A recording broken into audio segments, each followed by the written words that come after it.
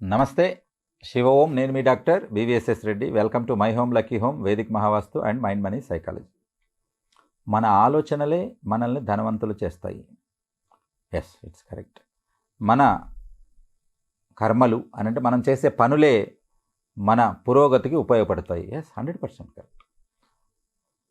కాబట్టి మనం ఏది చేస్తే అది మనకు రిటర్న్ వస్తుంది. Newton law. ప్రతి చర్యకు వ్యతిరేక దిశలో ప్రతిచర్య ఉంటుంది. ఒక బంతిని గోడకేసి కొడితే మళ్ళీ అది రివర్స్లో డబల్ ఫోర్స్తో మళ్ళీ మన వైపు రావడం అనేది జరుగుతుంది. ఇది నేచర్స్ లా. ఈ నేచర్స్ లాను మనం చూసుకుని ఒక అద్భుతమైన విషయాన్ని ఈరోజు మనం నేర్చుకోబోతున్నాము మైండ్ మనీ సైకాలజీలో. ఇది నేను మీకు ఒక యథార్థ గాథ రూపంలో చెప్తున్నాను, కానీ ప్రతి ఒక్కరి లైఫ్లో ఇది మీకు కనెక్ట్ అవుతుంది డెఫినెట్గా. ఏంటి అని అంటే కర్మ ఈజ్ బ్యాక్ అంటాం మనం. అని అంటే సాధ్యమైనంత వరకు మంచి పనులు చేయడానికి ప్రయత్నం చేయండి. కాబట్టి ఎప్పుడైతే ఇతరులకు ఇబ్బంది పెట్టడానికి ప్రయత్నం చేస్తారో ఆ కొద్దిసేపు మీరు రాక్షసానందం పొంది ఉండవచ్చు. ఎందుకంటే అది మనుషులైతే అలా వేరే వాళ్ళని ఇబ్బంది పెట్టి ఆనందపడరు. కాబట్టి ఆ వాటికి 10 రెట్లు మీకు మళ్ళా కర్మ బ్యాక్ వచ్చి మిమ్మల్ని అంతకంటే ఎక్కువగా ఇబ్బంది పెడుతుంది. ఎక్కడో నరకంలో కాదు, ఇక్కడే మీరు ఆ కర్మ బ్యాక్ అనేది చూస్తారు. సో దానికి ఒక అచ్చమైన కరెక్ట్గా ఒక మీకు యథార్థ గాథ ఒకటి చెప్తాను. ఒకసారి ఏం జరిగిందనంటే, ఒక కసాయి ఉన్నాడు. కసాయి అంటే ఎవరు? మాంసము కట్ చేస్తూ ఉంటారు, ఆయన కసాయి అంట. ఆ కసాయి అనేట ఆయన మాంసము విక్రయాలు చేస్తూ ఉంటాడు, మాంసం కట్ చేస్తూ ఉంటాడు మార్కెట్ నుంచి తెచ్చుకుని. సో ఇక్కడ ఏంటనంటే ఈ కసాయి మాంసము తూచడానికి ఒక రాయిని వాడుతూ ఉంటాడు.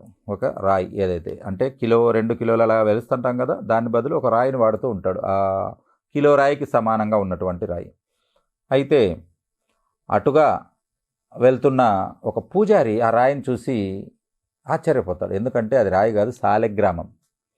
శాలిగ్రామం అనేది చాలా అత్యున్నత ఎనర్జీస్ కలిగినది. శివలింగము శివుడికి ఎంత ప్రీతియో అలాగే శాలిగ్రామము విష్ణుమూర్తికి అంత ప్రీతి. కాబట్టి ఇవి గండకి నదిలో ఎక్కువగా దొరుకుతాయి. తీసుకొచ్చి వాటికి అభిషేకము పూజలను చేస్తూ ఉంటారు. కాబట్టి అంతటి పవిత్రమైనటువంటి శాలిగ్రామాన్ని మాంసం విక్రయించడానికి తూంచుతున్నాడు అని చెప్పేసి ఆయన కోప్పడి, నువ్వు చాలా తప్పు చేస్తున్నావు, ఇది చేయడం చాలా తప్పు, ఇలా చేస్తే నువ్వు చాలా అంటే ధర్మానికి విరుద్ధంగా చేస్తున్నావు అని చెప్పి ఆ రాయిని తీసుకొని వస్తాడు. ఆయన అంటాడు, ఇది తప్ప నాకు తూచడానికి లేదయ్యా, ఇది లేకపోతే నా వ్యాపారం పోతుందని చెప్తే కూడా వినకుండా ఆ రాయిని తీసుకొని వచ్చేస్తాడు. తీసుకొని వచ్చి ఏం చేస్తాడని అంటే దాన్ని శుద్ధిపరుస్తాడు. ఎందుకంటే మాంసం దగ్గర బ్లడ్ అన్నీ తగిలి ఉంటాయి కదా, అవన్నీ శుద్ధి చేసి దేవుడి దగ్గర పెట్టి పూజ చేయడానికని కూర్చుంటాడు. అయితే ఆ పూజారికి ఆ రోజు రాత్రి కలలో అక్కడ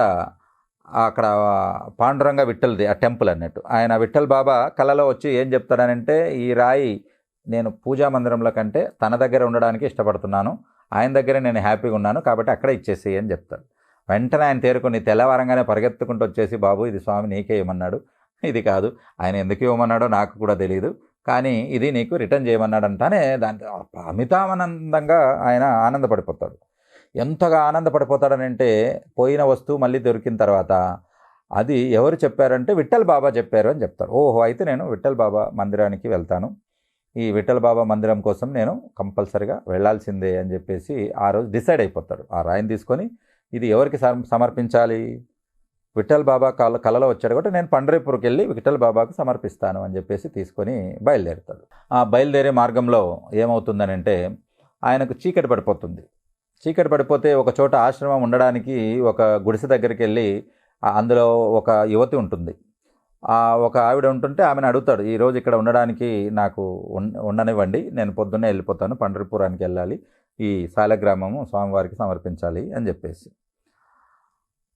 అయితే ఆమె ఏమంటుందంటే, సరే ఉండడానికి అనుమతిస్తా, కానీ ఒక కండిషన్, నువ్వు నన్ను పెళ్లి చేసుకోవాలి అని అడుగుతుంది. ఆయన అంటాడు, అయ్యో నాకు వేరే పనులు ఏమీ తెలియదు, ఇది స్వామివారికి ఇవ్వాలి, అదొక్కటే నాకు తెలిసిన పని, నేను నిన్ను పెళ్లి చేసుకోలేను అని అంటాడు. ఎందుకు అని అడుగుతుంది ఆమె. ఎందుకనంటే నీకు ఆల్రెడీ భర్త ఉన్నాడు కదా, భర్త ఉన్నప్పుడు ఇంకొకరు ఎలా పెళ్లి చేసుకోగలుగుతారు, నువ్వేమన్నా విధవవా అని అడుగుతాడు. కాదు అంటుంది. సో ఆమె ఏమంటుంది అని, కాబట్టి నేను పెళ్లి చేసుకోనంటే అయితే కొద్దిసేపు ఆగు అని అంటుంది. ఆమె వెళ్ళి వెంటనే భర్తను చంపేస్తుంది. భర్తను చంపేసి మళ్ళీ వస్తుంది. ఇప్పుడు నా భర్తను నేను చంపేశాను, నాకు భర్త లేడు కాబట్టి నేను విధవను, ఇప్పుడు నన్ను చేసుకో అని అంటుంది. ఆయన భయపడిపోతాడు. అదేంటి పెళ్లి చేసుకొని అనగానే భర్తను చంపేసి వచ్చేసింది కాబట్టి ఆయన అరే నేను అయినా కూడా నేను చేసుకోలేను, ఈ రాయి దేవుడికి ఇవ్వడమే నా దగ్గర ఉన్న ప్రైమ్ పని, ఇంకా వేరే పనే లేదు కాబట్టి ఇది ఇచ్చేంతవరకు నేనేమీ చేయలేనంటానే అటు ఇటు తిరిగి ఈ పంచాయతీ అక్కడ ఉన్నటువంటి రాజు దగ్గరికి వెళ్తుంది. సో వీళ్ళిద్దరిని తీసుకెళ్తానే అక్కడికి వెళ్తానే ఆమె ఏం చెప్తుంది అంటే అక్కడికి వెళ్ళాక ఇతను నా భర్తను చంపేశాడు అని చెప్తుంది. ఎవరు చంపింది ఎవరు? ఆవిడే చంపేసి ఉంటుంది. కానీ ఇక్కడ ఈ శాలగ్రామం పట్టుకున్న వ్యక్తే నా భర్తను చంపేశాడు, ఈ కసాయి నా భర్తను చంపేశాడు కాబట్టి నాకు శిక్ష వేయండి అని అంటుంది. అప్పుడు వాళ్ళు ఏమంటారని అంటే ఇతనికి మరణశిక్ష వేయాలి అని చెప్తాం. కానీ ఆయన ఏమంటాడంటే మరణశిక్ష నాకు వేయొద్దండి, నాకు పర్పస్ ఉంది, ఈ శాలగ్రామాన్ని నేను పండరిపురం చేర్చాలి కాబట్టి మీరు ఏదైనా చేయదలుచుకుంటే మీరు ఏంటి చంపారంటున్నారు కదా, చంపితే చేతులతో చంపుతాను కాబట్టి చేతులు తీసేయండి, అంతేగాని నా ప్రాణాన్ని తీయొద్దండి, ఎందుకంటే నా ప్రాణంతో పని ఉంది, నేను ఒక పర్పస్ కోసం బయలుదేరాను అని అంటే సరే అన్నట్టుగా ఆయన 2 చేతులు తీసేయడం జరుగుతుంది.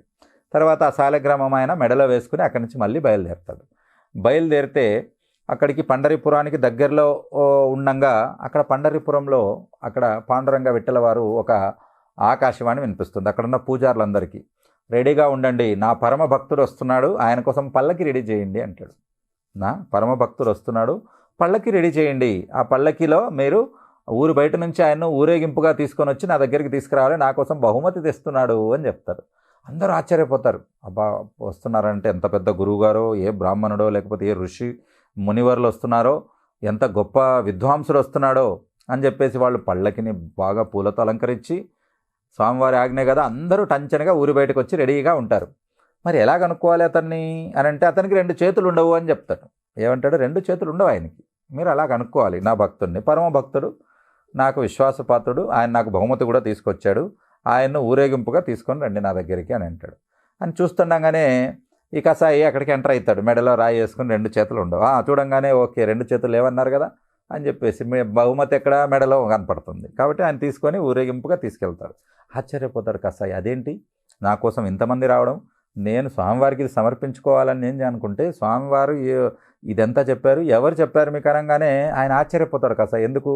మాకు ఆకాశవాణి వినిపించింది, స్వామివారు ఇట్లా మన పరమ భక్తుడు వస్తున్నాడు, నా కోసం ఒక గిఫ్ట్ బహుమతి తెస్తున్నాడు, మీరు తను ఊరేగింపుగా పల్లకిలో తీసుకురండి అని చెప్పారంటానే కళ్ళ వెంట బటబటా అని నీళ్ళు వచ్చేస్తాయి. అప్పుడు అర్థమైపోతుంది కసాయికి, ఓహో ఇది కంపల్సరిగా పాండురంగ విఠల వారి పని, ఆయనే నన్ను పిలిపించుకుంటున్నాడని బోర్న విలిపిస్తాడు.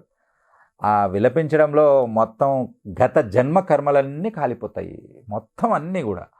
సో ఇదంతా అయిపోయాక అక్కడికి వెళ్ళాక ఆ రాయిని తనకు సమర్పించుకున్న తర్వాత ఆయన ఒక మాట అడుగుతాడు, అంతా బాగానే ఉంది, ఎవ్రీథింగ్ ఈజ్ ఫైన్, కానీ నా చేతులు ఎందుకు తీసేశారు?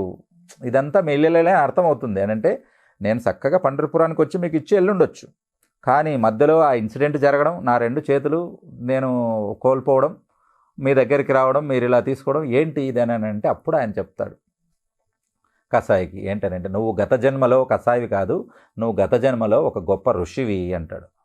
అవునా అంటాడు. అవును, నువ్వు ఒక గొప్ప ఋషివి, అయితే గత జన్మలో ఏం జరిగిందో తెలుసా నీకు అని చెప్తాడు. ఏం జరిగిందంటే ఆయన ఋషి, ఆయన తపస్సు చేసుకుంటూ ఉన్నప్పుడు ఆయన ఎదురుగా ఒక ఆవు గోమాత పరిగెత్తుకుంటూ వెళ్తుంది, అంటే ప్రాణాలు కాపాడుకోవడానికి. దాని వెనక ఒక కసాయి దాన్ని చంపి మాంసం అమ్ముకోవడానికి వెనక కత్తి పట్టుకొని ఇంకో కసాయి పరిగెత్తుకుంటూ వస్తాడు. వచ్చినప్పుడు ఆ కసాయి మునిని అడుగుతాడు, ఏ మునీశ్వర, ఆవు ఎక్కడికి వెళ్ళింది గోవు అని అడుగుతానే 2 చేతులతో ఆయన ఇటు చూపించుంటాడు, ఇటు వెళ్ళింది అని చెప్పేసి అని అంటాడు. అప్పుడు ఆయనకు అర్థమవుతుంది. కాబట్టి అప్పుడు అలా చూపించంగానే ఆ కసాయి అక్కడికి వెళ్ళడం, ఆవును చంపేయడం అనేది జరుగుతుంది. సో ఆ కర్మ మళ్ళీ ఈ జన్మలో ఏమైందనంటే ఆ కసాయి వాడిగా మునీశ్వరుడు పుట్టాడు, రైట్. ఆవును చూపించిన పాపానికి 2 చేతులు పోగొట్టుకున్నాడు. అలాగే ఆ గోవు ఎవరు అని అంటే ఇక్కడ ఆ ఇంట్లో ఉన్న ఆవిడ గోమాత, ఈసారి ఒక ఆవిడగా పుట్టింది. ఆ చంపబడిన భర్త ఆ కసాయి, అంటే గత జన్మలో ఎవరైతే ఆవును చంపారో ఈ జన్మలో ఆ భార్య భర్తను చంపేసింది. సో ఇది కర్మ అన్నట్టు. సో ఇప్పుడు ఆయనకు పూర్తిగా అర్థమైపోతుంది. సో ఎప్పటికైనా దీంట్లో మనకు గుర్తొచ్చేది ఏంటంటే తర్వాత ఈ కసాయికి మొత్తము గత జన్మ ప్రక్షాళన అనేది జరగడం, తర్వాత ఆయన పాండురంగ విఠల యొక్క వీరభక్తుడిగా మారడం, అది పూర్తిగా ఐక్యమైపోయి లీనమైపోవడం అనేది జరుగుతుంది. సో ఇక్కడ ఇందులో మనం తెలుసుకోవాల్సింది ఏంటంటే, ఏదైతే జో కర్తా హై ఓ భోగత్తా హై అని అంటారు. అంటే ఏదైతే మనం చేస్తామో దానికి కంపల్సరిగా ఫలితం అనుభవించే తీరాలి, దానికి ఆప్షన్ అనేది ఉండదు. చాలామంది అనుకుంటుంటారు ఎవరికి తెలుస్తుందిలే మనం చేసేది అని చెప్పేసి. విశ్వమంతా కళ్ళు ఉంటాయి దేవుడికి. ఇన్ఫ్యాక్ట్ విశ్వమే దేవుడు, దేవుడే విశ్వం. మనకు ఇది విష్ణు సహస్రనామంలో చెప్పారు. విశ్వమే విష్ణువు, విష్ణువే విశ్వము అని చెప్పారు. కాబట్టి ఇక్కడ ఎక్కడ తప్పించుకుపోవడం అనేది ఉండదు. కాబట్టి ఇది తెలిసి కూడా మనిషి చెడు కర్మలు అనేది చేయరాదు.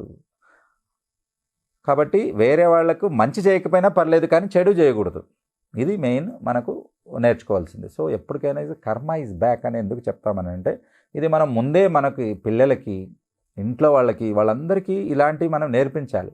ఇది తెలియనప్పుడు తప్పులు జరుగుతాయి, తెలిసిన తర్వాత వాళ్ళు జాగ్రత్త పడతారు. తెలియడం అనేదే జ్ఞానం.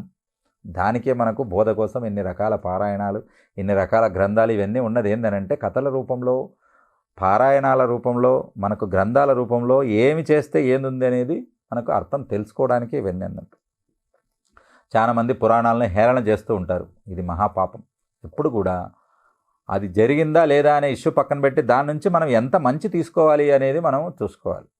కాబట్టి భగవద్గీతను బేస్గా చేసుకుని గొప్ప గొప్ప సైంటిస్టులు ఉన్నారు. ఇక్కడ కాదండి, సైన్స్ అంటే ఏదైతే దేవుణ్ణి నంబరో వాళ్ళందరూ కూడా భగవద్గీతను ఆధారంగా చేసుకుని నోబెల్ ప్రైజులు కొట్టిన వాళ్ళు ఉన్నారు. మీరు వెతికి చూడండి గూగుల్లో.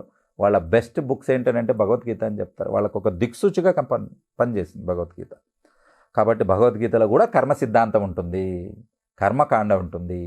అంటే ఏ పని చేయాలి, ఎటువంటివి చేయాలి, ఏది మనకు అక్కడ ఉపకారము అపకారము, ఏది మంచి ఏది చెడు అనేది క్లియర్గా చెప్పడం జరిగింది అన్నట్టు. సో కాబట్టి ఎప్పుడు కూడా గ్రంథ పఠనం అనేది ఎప్పటికీ పెట్టుకొని ఉండండి. ఇక్కడ ఏంటంటే ఈ మనము డబ్బు సంపాదించే మార్గంలో సాధ్యమైనంత వరకు ఎదుటి వాళ్ళకి ఇబ్బంది పెట్టకుండా మీ ప్రయాణం అనేది ఉండాలి. కాబట్టి ఇది కర్మ గురించి. సో సాధ్యమైనంత వరకు ఇతరులకు మంచి చేయడానికి ప్రయత్నించండి. అలా చేసేవాళ్ళు చాలా గొప్పగా ఎదుగుతారు. మీరు కావాలంటే టాప్ 10 ఫోర్బ్స్లో ఉన్నటువంటి బిలియనర్ లిస్ట్ తీసుకోండి. బిల్ గేట్స్ కానీ, ఆయన మెలిండా అండ్ గేట్స్ ఫౌండేషన్ ద్వారా ఇండియాలో రోటరీ క్లబ్కు కొన్ని 100 కోట్లు 1000 కోట్లు ఇవ్వడం జరుగుతుంది. దాంతో పల్స్ పోలియోను 70% వాళ్ళ ఫండింగ్తో రన్ చేస్తారు, రోటరీ క్లబ్కి ఇస్తారు. నేను 2 టైమ్స్ రోటరీ క్లబ్ ప్రెసిడెంట్గా పనిచేశాను, కాబట్టి నాకు ఆ విషయాలు తెలుసు. అలాగే టాటా వాళ్ళు చూస్తే కొన్ని క్యాన్సర్ పేషెంట్లకు టాటా ఫౌండేషన్ ద్వారా ఎంతోమందికి చేస్తూ ఉన్నారు. ఇండియాలో లిస్ట్ చూస్తే మనకు అంబానీ అదానీలు ఫస్ట్ సెకండ్లో ఉంటారు. ఇన్ఫ్యాక్ట్ టాప్ 10లో కూడా మీకు టాటా వాళ్ళు కనపడకపోవచ్చు. కానీ ఆయన దానం చేసిన లిస్ట్ కానీ తీస్తే టాప్ 1లో ఉంటాడు. ఫస్ట్ సంపాదించిన దాంట్లో 70% వరకు దానాలు చేస్తారు టాటా గ్రూప్. కాబట్టి అలా దానాలు చేయకుండా ఈ పాటికి సంపద పెట్టుకొని ఉండింటే ఆయన ప్రపంచంలోనే టాప్ 10లో ఉండేవాళ్ళు. సో కాబట్టి ఎప్పటికైనా కూడా మంచి కర్మలను ఆలంబిద్దాం, మన సంస్కృతిని ప్రోత్సహిద్దాం. ముందు కూడా మన పిల్లలకు కూడా ఇదే మనము తీసుకెళ్తే మొత్తం దేశాభివృద్ధికే ఇది పనికొస్తుందని చెప్పడంలో సందేహం లేదు. శివోం.